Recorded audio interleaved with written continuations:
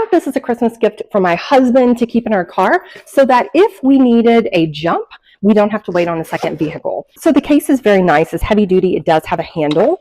And when you open it up, you have this little separator here where you're going to have your jumper cables and your plug-in. This here is your battery. Now, I've used these before, so I know how they work. This is very simple. We're going to charge this up so that it has a full charge and is ready to go when we need it. Ours arrived with a full charge, but you're going to want to make sure this is fully charged before you ever try to start a vehicle with it. This is nice because this is where you charge it. It goes to the wall, okay? This one is a USB that you can charge things that are USB, like a cell phone or something like similar to that. All right, it's got lights on this side of it where the charging cables go in. Okay, just like that.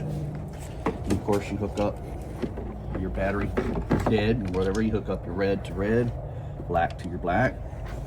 And you turn the power on, and it should give you a readout like that. This is 99% charge. This block here is, and so it's green. You can hear it clicking. It tells me it's got power going to the battery.